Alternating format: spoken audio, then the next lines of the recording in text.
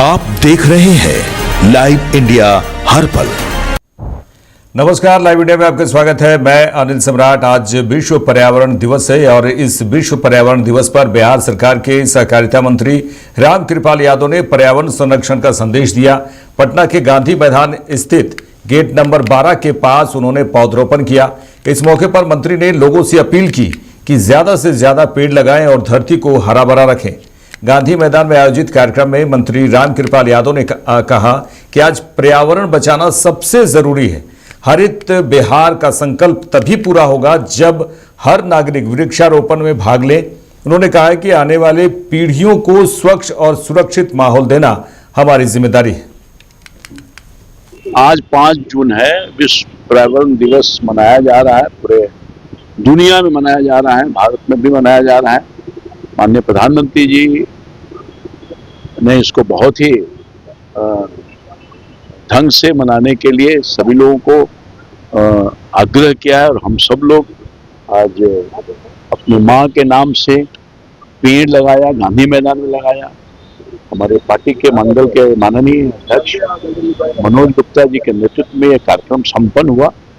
और पर्यावरण बचाना इसलिए जरूरी है कि अगर पर्यावरण के साथ खिलवाड़ करेंगे तो हम सब कोई नहीं बचेंगे। जिस तरह से औद्योगिकरण हो रहा है, जिस तरह से गाड़ियों की संख्या बढ़ रही है, धुआं पैदा हो रहा है, इंडस्ट्री लगाए जा रहे हैं, तो पर्यावरण बचाने का एकमात्र तरीका है कि हर घर में पौधा लगाइए। अपने माँ के नाम से लगाइए, प्रधानमंत्री जी की अपील है। और हम सब लोग अपने माँ के नाम से एक पौधा लगाए हैं और प्रधानमंत्री जी के सपनों को साकार करने के लिए हम सब लोग प्रयासरत हैं। 1 लाख पेड़ भी लगाने का 1 लाख पेड़ लगाया जाएगा। माननीय मुख्यमंत्री जी ने विशेष तौर पर इसको अभियान चलाया है और कई सरकारी गैर सरकारी कार्यक्रम आज किए जा रहे हैं। माननीय मुख्यमंत्री जी के भी प्रयास से आज वो जेपी गंगा पथ के बगल वाला जो इलाका है उसमें आज पर्यावरण दिवस में पौधा लगाया जाएगा और पर्यावरण बचाया जाएगा। विश्व पर्यावरण दिवस पर बिहार के सीएम सम्राट चौधरी ने कहा है कि पर्यावरण की शुद्धता को देखते हुए सरकार ने इलेक्ट्रिक स्कूटी और इलेक्ट्रिक कार खरीदने पर सब्सिडी देगी। उन्होंने कहा कि कार खरीदने पर 1 लाख की सब्सिडी और स्कूटी खरीदने पर 12,000 रुपए की सब्सिडी सरकार देगी। मैं तो विशेष तौर पर आप लोगों से आग्रह करूंगा कि बिहार की एक बहन स्कूटी खरीदे जिसमें 12,000 रुपया हम सब्सिडी देते हैं, आपके सीधे खाते में देने का काम करेंगे। और यदि 4 चक्का गाड़ी आप खरीदेंगे जो ईवी से रिलेटेड होगा तो उसमें भी 1 लाख रुपया आपको बिहार सरकार अपने खजाने से देकर आपको गाड़ी खरीदवाने का काम करेगा। इसलिए पूरा जीवन बदलने का समय आ गया। पीएम सूर्य घर योजना हम लोगों को अपने जीवन में लेना। अभी आपको जानकर खुशी भी होगी और वित्त मंत्री के तौर पर मैंने काम किया है तो थोड़ा दुख भी होता है। 23,000 करोड़ रुपया हम सिर्फ बिजली में सब्सिडी देते हैं। इस देश के किसी कोने में ऐसी व्यवस्था इस देश में कहीं नहीं है। सबसे ज्यादा सब्सिडी हम देते हैं और हम लोगों के लिए भी चिंता का विषय है क्योंकि हमारे पास 3,47,000 करोड़ के बजट में 60 से 70,000 करोड़ ही अपना संसाधन है और मात्र उसमें से 1/3 राशि हम सब्सिडी सिर्फ बिजली के सब्सिडी में देते हैं। तो मैं जरूर आग्रह करूंगा कि अपने घरों पर सोलर युक्त बिजली उत्पादन केंद्र लगाएं, यंत्र लगाएं। और हम लोगों ने तय किया कि हम पूरी तरह इंसेंटिव देने का काम करेंगे। कोयलांचल में शुक्रवार, धनबाद की बात कर रहे हैं, जहां शुक्रवार अहले सुबह हुई तेज बारिश और गर्जन के बीच आकाशीय बिजली गिरने से एक बड़ा हादसा टल गया। ईस्ट बांसुरिया ओपी क्षेत्र के Mohlidih Nichitpur township B type में एक विशाल पेड़ पर बिजली गिरने से कई हिस्सों में टूट गया और पास से गुजर रहे बिजली लाइन और पोल पर जा गिरा। घटना के बाद पूरे इलाके की विद्युत आपूर्ति बाधित हो गई। आपको बता दें कि शुक्रवार सुबह तेज हवा, बारिश और गरज के साथ बारिश भी हुई है और मोहलीडीह चितपुर टाउनशिप में स्थित एक बड़े पेड़ पर आकाशीय बिजली गिरी। आप तस्वीर देख रहे हैं जहां बिजली की चपेट में आने से पेड़ कई टुकड़ों में बंट गए और झारखंड विद्युत ऊर्जा निगम के बिजली पोल और तारों पर गिर पड़ा। इससे बिजली के तार टूटकर झुक गए और क्षेत्र में बिजली आपूर्ति पूरी तरह से ठप हो गई। अचानक बिजली गुल होने से लोगों को काफी परेशानियों का सामना करना पड़ रहा है। स्थानीय मुखिया मोहम्मद आजाद ने बताया कि जिस स्थान पर यह घटना हुई है उसके आसपास घनी आबादी है। राहत की बात यह रही कि हादसे के समय वहां कोई मौजूद नहीं था, जिससे किसी प्रकार की जनहानि नहीं हुई। हालांकि कई घरों के इलेक्ट्रिक उपकरणों को क्षतिग्रस्त होने की सूचना मिल रही है। घटना के बाद स्थानीय लोगों में थोड़ा भय का माहौल है। मुखिया मोहम्मद आजाद ने बिजली विभाग से क्षतिग्रस्त पेड़ को जल्द से जल्द हटाकर बिजली आपूर्ति बहाल करने की भी मांग की है। आज सुबह में 3 से 4 बजे भोर मोहलीडीह पंचायत में एक गरजता आंधी तूफान कड़कता बारिश में आसमानी जो कड़कता है वो हमारे पंचायत में घना आबादी के थोड़ा सा साइड में गिरा हुआ है गाछ में, जिसको देख सकते हैं कि गाछ का एकदम चकड़ी खुला हुआ है। उसके साथ साथ 11,000 का जो लाइन गया झारखंड सरकार का, तो पूरा बांस जोड़ा से लेके जो तेतुलमारी तक गया है। आप देखिएगा जहाँ ये बहुत पुराना लाइन है, इधर से जो गया है और सब गाछ में सटा हुआ है। इसी के कारण कि ज़्यादा इसमें गिरा है और पूरा लाइन भी बाधित है। शक्ति चौक, नगड़ी, तेतुलमारी कहीं बिजली नहीं होगा कड़क से, जब तक इसको सुधारेगा नहीं। क्या तार टूट के गिर गया झारखंड सरकार का, तो पहले झारखंड सरकार के एसडीओ को जो बिजली विभाग का है उसको आपके माध्यम से हम लोग ये आगाह करना चाहते हैं कि क्षेत्र में जितना भी गाछ में सटा हुआ आपका तार है उसको क्लियर कराइए, अन्य तो यहाँ पर कोई भी दिन एक बड़ा दुर्घटना, कोई भी घटना घट सकता है। और अपने जनता से अपील करेंगे जब बारिश के टाइम में, खड़क के समय में कभी गाछ के सामने ना रहे, सुरक्षित स्थान में जाके बचे। आगे बढ़ेंगे। पश्चिम बंगाल में विपक्षी नेता और तृणमूल कांग्रेस से निकाले गए नेता ऋतव्रता बनर्जी ने कहा है कि पिछले 7 दिनों में मेरी किसी सांसद से बात नहीं हुई है और उन्होंने कहा कि मैं सांसद भी नहीं हूं, तो सांसद क्या करेंगे ये मैं नहीं बता सकता। उन्होंने कहा कि कल क्या होगा ये नहीं पता, इंतजार कीजिए, कल कुछ भी हो सकता है। पिछले 7 दिन में कोई सांसद से मेरा बात नहीं हुआ, तो ऐसा कोई जानकारी मेरे पास है नहीं और मैं अभी सांसद भी नहीं हूं, तो सांसद लोग क्या करेंगे मैं कैसे बोलूंगा। मगर मैं आपको मालूम है, मैं सब समय बोलता हूं कि मैं आज ही के लिए जीता हूं, तो कल क्या होगा कोई बोल नहीं पाएगा। इंतजार कीजिए, कल बहुत सारे कुछ हो सकते हैं। त्रिपुरा में केंद्रीय गृह मंत्री अमित शाह ने भारत बांग्लादेश सीमा पर लंका बोरा बॉर्डर आउटपोस्ट पर बीएसएफ जवानों को संबोधित करते हुए कहा कि मुझे खुशी है कि सीएपीएफ बीएसएफ के सभी जवान बड़े मनोयोग के साथ एक वरिष्ठ को अपना भाई बहन बच्चा मानकर इसका जतन कर रहे हैं। यह सरकारी आदेशों से प्रेरित कार्यक्रम नहीं होना चाहिए, यह हमारी स्वाभाविक आदत होनी चाहिए। यह स्वाभाविक आदत ही हमें बचा सकती है। हमें यह सोचना चाहिए कि जो बीएसएफ की चौकी हमारी रक्षा करती है वह लगाने में कितने वृक्ष कटे हैं, उससे कहीं ज्यादा वृक्ष लगाने की जिम्मेदारी हमारी है।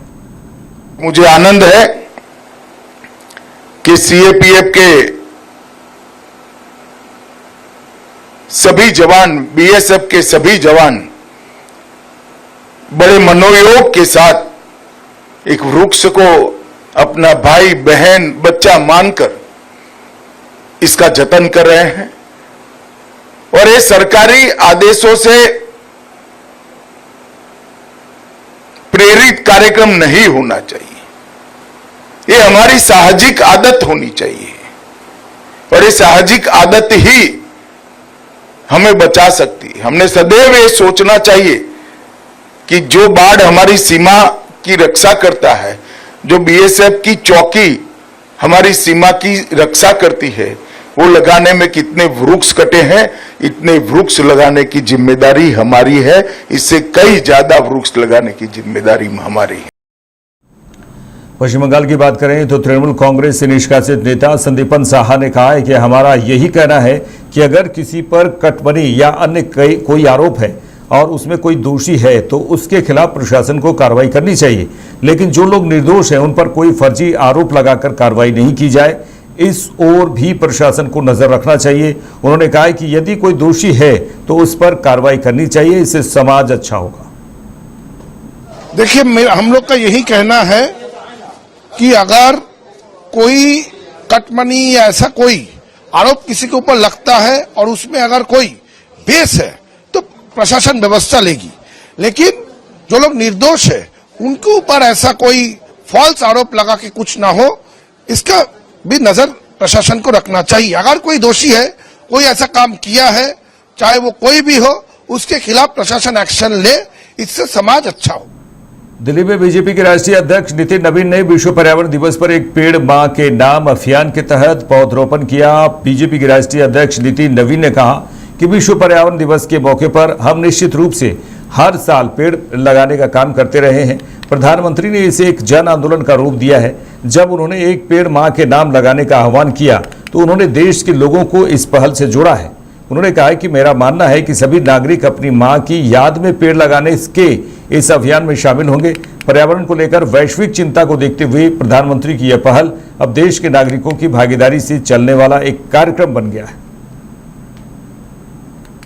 पर्यावरण दिवस के अवसर पर हम लोगों ने निश्चित रूप से हर साल अनवरत रूप से इस दिन के साथ साथ पूरे साल वृक्षारोपण को एक संकल्प के रूप में लेने का काम किया है। और माननीय प्रधानमंत्री नरेंद्र मोदी जी ने जिस प्रकार से इसको एक एक जन भागीदारी बनाया है, और हम कह सकते हैं जब उन्होंने कहा कि एक पेड़ मां के नाम, तो मेरा मानना है कि देश के सभी लोगों को उन्होंने इस मुहिम से जोड़ दिया।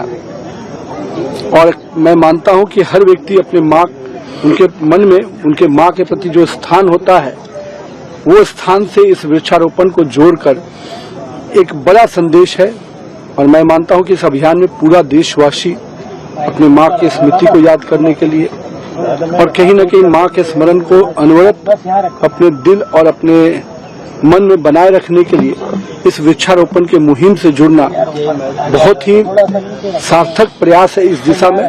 और मैं तो मानता हूं आप सभी बंधुओं के साथ साथ हर देशवासियों से यही अपील करता हूं कि अगर हम एक वृक्ष लगाते हैं, यानी अपने जीवन को हम सुरक्षित करते हैं, आने वाली पीढ़ी को सुरक्षित करते हैं। जिस प्रकार से पूरे विश्व में कहीं न कहीं एनवायरनमेंट को लेकर कंसर्न है, उस दिशा में प्रधानमंत्री जी का ये पहल और देशवासियों की जन भागीदारी का ये जो कार्यक्रम बन गया है, निश्चित रूप से भारत को एक सुरक्षित स्वस्थ वातावरण में रखने की दिशा में बड़ा कदम है। मैं पुनः विश्व पर्यावरण दिवस के अवसर पर सभी देशवासियों को अपील भी करता हूं कि आइए इस वृक्षारोपण के मुहिम से हम सब जुड़े, अपने मां की स्मृति में निश्चित रूप से वृक्षारोपण भी करें और भविष्य में वृक्षारोपण को पूरी तरह से संरक्षित करते हुए इसे देश को स्वस्थ और सुरक्षित रखें। भोपाल में केंद्रीय मंत्री शिवराज सिंह चौहान ने विश्व पर्यावरण दिवस पर एक पेड़ मां के नाम अभियान के तहत वृक्षारोपण किया। केंद्रीय मंत्री शिवराज सिंह चौहान ने विश्व पर्यावरण दिवस के अवसर पर कहा कि मुझे बहुत खुशी है कि मामा के साथ भांजी भी पेड़ लगाने के लिए आते हैं।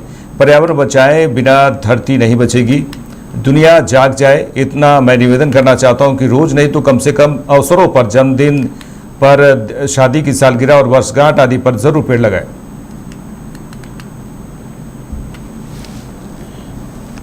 मुझे बहुत खुशी है कि मामा के साथ भांजे भांजी भी लगभग रोज पेड़ लगाने आते हैं।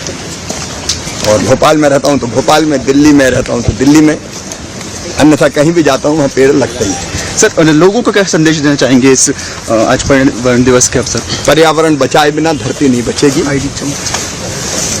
दुनिया जाग जाए।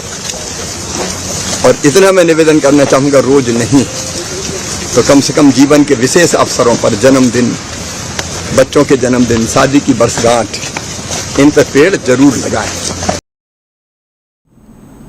बीजेपी सांसद कंगना रनौत ने भुवनेश्वर में विश्व पर्यावरण दिवस के अवसर पर एक पेड़ मां के नाम अभियान के तहत पौधरोपण किया। बीजेपी सांसद और अभिनेत्री कंगना रनौत ने कहा कि पर्यावरण दिवस पर एक पेड़ मां के नाम अभियान के तहत भुवनेश्वर में मैंने पौधरोपण किया। उन्होंने कहा कि आज मुख्यमंत्री ने हमारी फिल्म देखने के लिए समय दिया है। हम बहुत उत्साहित हैं। हम चाहते हैं कि भारत भाग्य विधाता के असली मूल्य को हम समझें। हमें जो है सबसे पहले पर्यावरण दिवस पर जो भारतीय सरकार, भारतीय जनता पार्टी की जो सरकार है, उसकी जो मुहिम है एक पेड़ माँ के नाम पर, प्रधानमंत्री जी ने कई करोड़ों क्या अरबों खरबों पेड़ लगाने की जो शपथ ली है, उसका आज हम सब हिस्सा बने। हमेशा की तरह एक पेड़ माँ के नाम हमने उड़ीसा की इस पवित्र भूमि पर भुवनेश्वर में आज मैंने लगाया है। उसका मुझे मौका मिला, उसके लिए मैं बहुत धन्यवादी हूँ। आज मुख्यमंत्री जी ने हमें समय दिया है हमारी फिल्म देखने के लिए, तो हम सब बहुत उत्सुक हैं और हम चाहते हैं कि जन जन जो है हमारी फिल्म से जुड़े और जो हमारी फिल्म में जो हर भारतीय में जो भारत के प्रति आत्मीयता है, उसका जो एक वो भारत भाग्य विधाता का जो असली मूल्य है, उसको जो है हम समझे और भारत के जो भाग्य विधाता है, हमारे जनसाधारण लोग जो दिन ब दिन भारत के लिए इतना कुछ करते हैं, उनका जो है हम मान सम्मान करें। हाईकोर्ट के इतिहास में एक नया अध्याय जुड़ गया है। वरिष्ठ न्यायाधीश मीनाक्षी मदन राय ने पटना हाईकोर्ट की 48वीं मुख्य न्यायाधीश के रूप में शपथ ली है।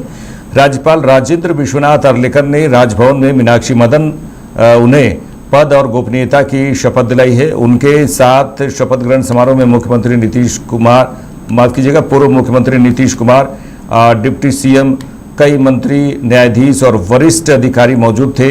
मीनाक्षी मदन राय बिहार की पहली महिला मुख्य न्यायाधीश हैं। इससे पहले रेखा दोषी पटना हाईकोर्ट की एकमात्र महिला कार्यवाहक मुख्य न्यायाधीश रह चुकी हैं, लेकिन अस्थायी और मुख्य न्यायाधीश के पद पर पहुंचने वाली मीनाक्षी मदन राय पहली महिला बनी।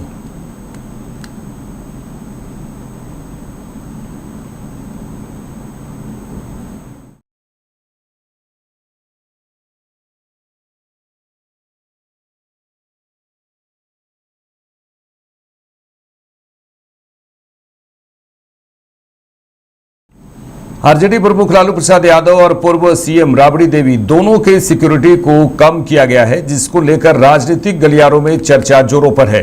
राजद विधायक गौतम कृष्ण और बीजेपी प्रवक्ता कुंतल कृष्ण क्या कुछ कह रहे हैं इस मामले में, सुनिए। चौधरी जी की सरकार के द्वारा लालू परिवार को दबाव में ला करके घुटने टेक दे, आवाज बंद कर ले, बाबा साहब अम्बेडकर के संविधान को लेकर के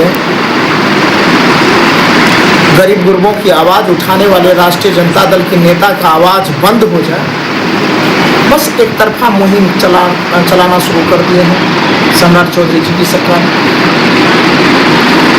आज दो पूर्व मुख्यमंत्री, दो बिहार के नेता प्रतिपक्ष, जिस लालू परिवार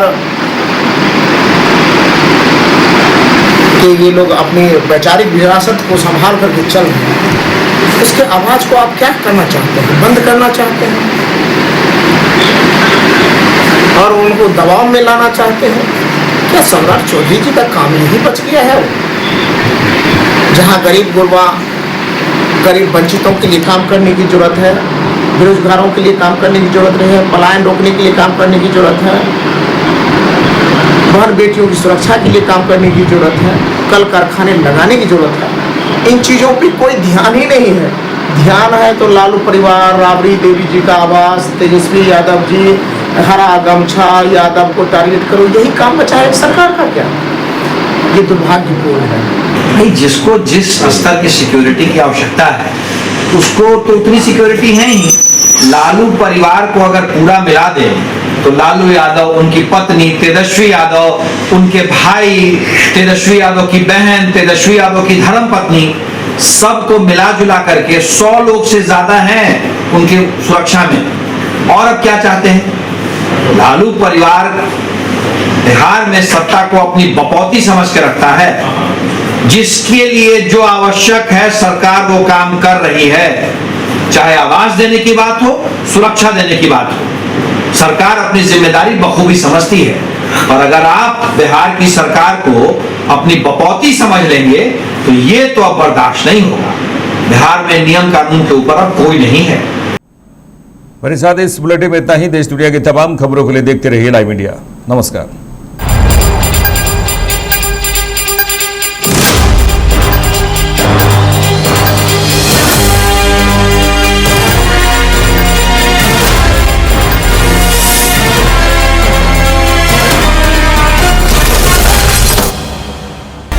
आप देख रहे हैं लाइव इंडिया हर पल।